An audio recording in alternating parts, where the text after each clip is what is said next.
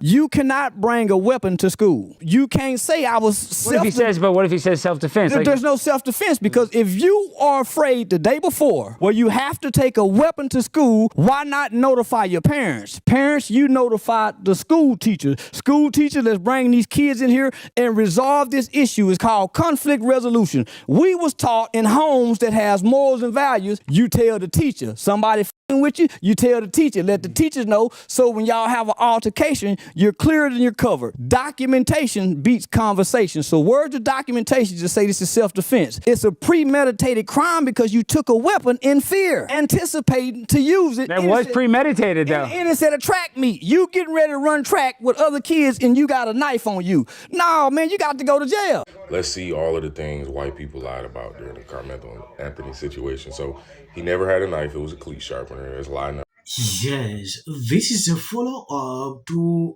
this situation. I see a lot of people saying, oh, they are lying about Karmelo. I have seen videos upon videos. When you take a look at this, Karmelo has been moved to an undisclosed location following his release from jail, according to his family. Anthony is accused of murdering Austin by stabbing him in the heart. According to a new press release from Minister Dominic, the family has received disturbing things in the mail, including this arbitrarily. We are sharing images and documentations of the threat the family has faced this past weekend to make the public aware of the dangerous atmosphere that has been created, an atmosphere fueled by organized hate, systematic racism, and international misinfo. An intentional misinfo, the Next Generation Actions Network said.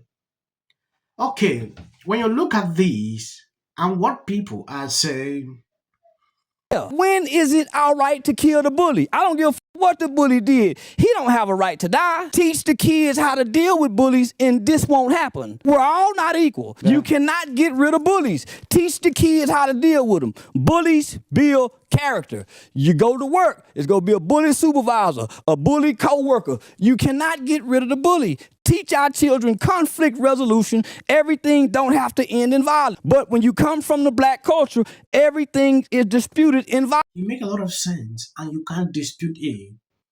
He brought a knife. Though a lot of people are now twisting like he never came with a knife. That is the stories I'm saying. People putting out in defense of this guy.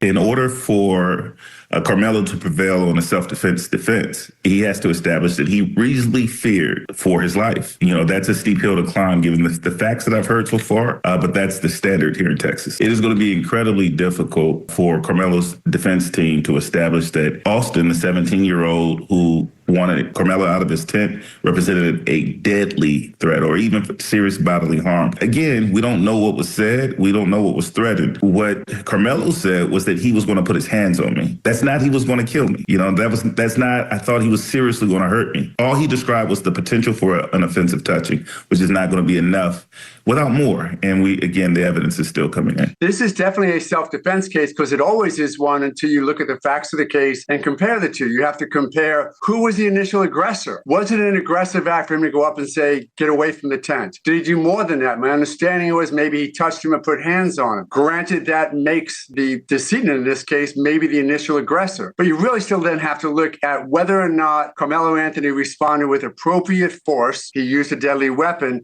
and whether or not he was in imminent fear of great bodily injury. That's the standard in Texas and most every state to determine whether or not his actions, the way he perceived him, the way Karmelo Anthony perceived him when he took out that knife and stabbed him. If in fact he had a reason to believe great bodily injury was imminent, was it reasonable? Was he pushed? Was he shoved? Was he hit? Because don't forget, it's of the moment, but you are allowed to respond to great deadly force with your own great deadly force, or at least your perception of great deadly force. So it's really going to be fact-based. The racial elements were reversed there.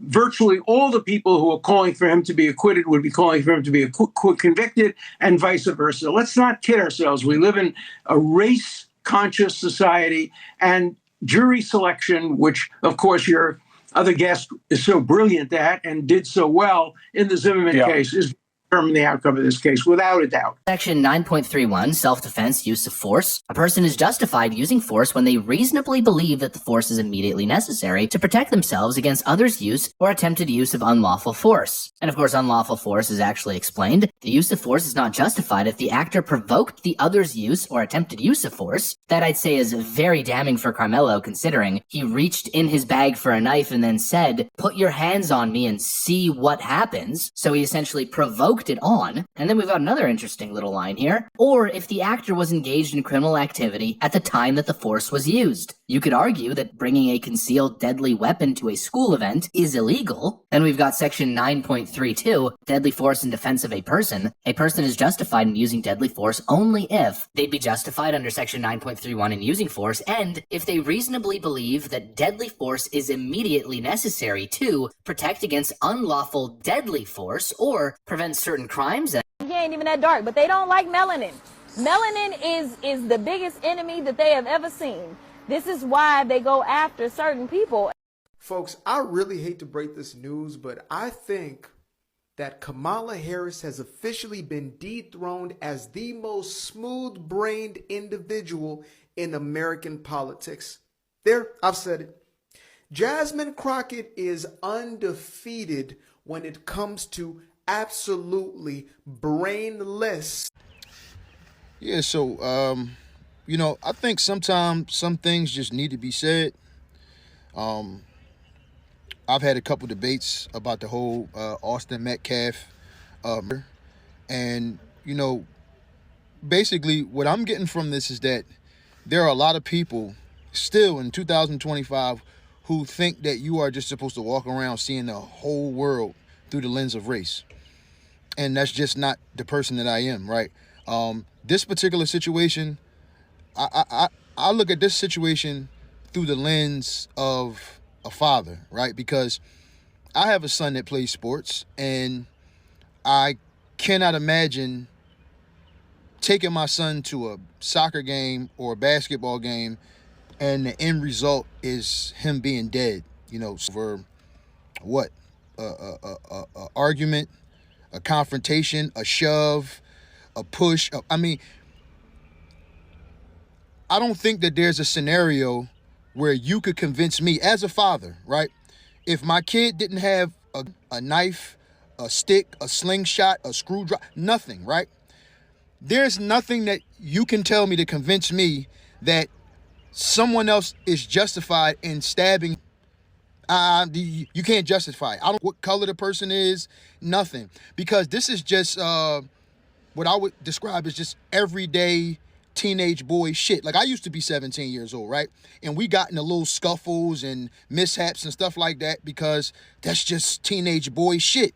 And at no point in time did anybody ever die behind it, at least around me. You understand what I'm saying? And in the situations where it did, nobody was, jumping to defend the killer. I don't understand it, man.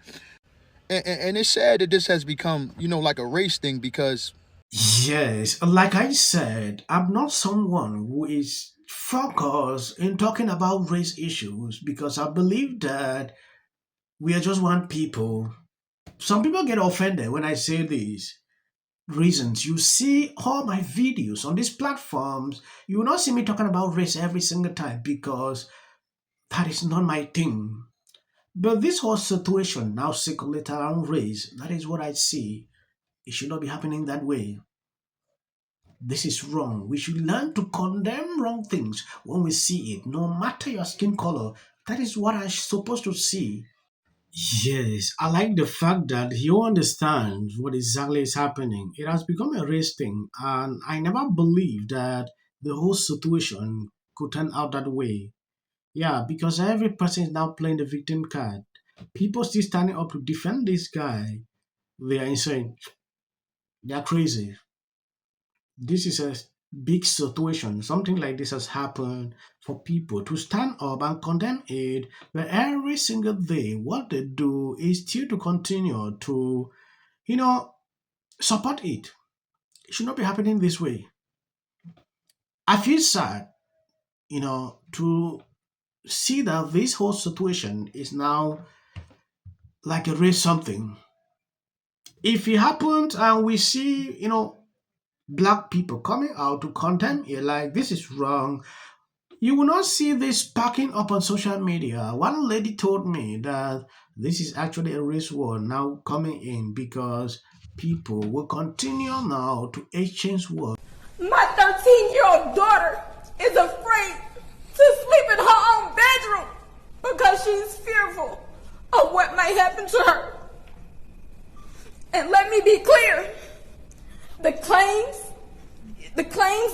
that were used about the public donation to buy a home or anything else are completely false.